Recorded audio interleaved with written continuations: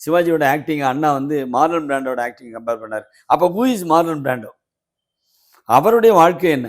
அவருக்கு அவர் எத்தனை தடவை கல்யாணம் பண்ணார், எத்தனை பிள்ளைங்க, பர்சனல் லைஃப் அவருக்கு எப்படி இருந்துச்சு, அவர் எப்படியெல்லாம் நடித்தார் அப்படிங்கிறத பார்த்தீங்கன்னா, அவருக்கு நடிப்பை பற்றி அவர் கிளாஸ் எடுத்தது ஸ்டெல்லா ஆட்லர்னு ஒரு நடிகை, ஹாலிவுட் ஆக்ட்ரஸ். அந்த ஸ்டெல்லா ஆட்லரோட ஸ்டூடெண்ட் தான் பிராண்டோ. ஆனால் அதை காட்டிலும் மீறி நடித்தவர். எனக்கு என்ன போஸ்ட் டாக்டர் ஃபெலோஷிப்னு ஒன்றுக்கு அப்ளை பண்ணேன். அது வந்து compare and contrast with Marlon Brando அப்படிங்கிறது தான் நான் பண்ண நினச்சது. 2 யூனிவர்சிட்டிலேருந்து லெட்ரு வந்துச்சு, ஆக்லாண்ட்லேருந்து அந்த ஏல் யூனிவர்சிட்டிலேருந்து. என்னால் அங்கே போய் இருந்து பண்ணி நம்ம என்ன பண்ண போகிறோம் அப்படின்னு விட்டேன். அதனால் எம்ஜிஆர் வாழ்க்கை வரலாறு ஆராயப்பட வேண்டிய விஷயம். எனக்கு அதோட மெட்டீரியல்ஸ் பூரா என் கையிலே இருக்குது. ஆனால் நான் அதை பண்ண விரும்பலை. வந்து என்னை கேட்க வந்தவங்ககிட்ட எனக்கு வேணாம், அது ஒரு மனுஷனுக்கு ஒரு ஸ்டாண்டர்ட் வேணும்.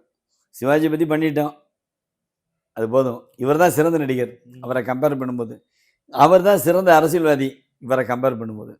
அதனால் வேணா எம்ஜிஆருடைய அரசியல் வெற்றி காரணம் என்னன்னு பண்ணால் அது கூட நான் பண்ண விரும்புகிறேன். வேறு யாரை பற்றியும் நான் பண்ணுற மாதிரி ஐடியா இல்லை.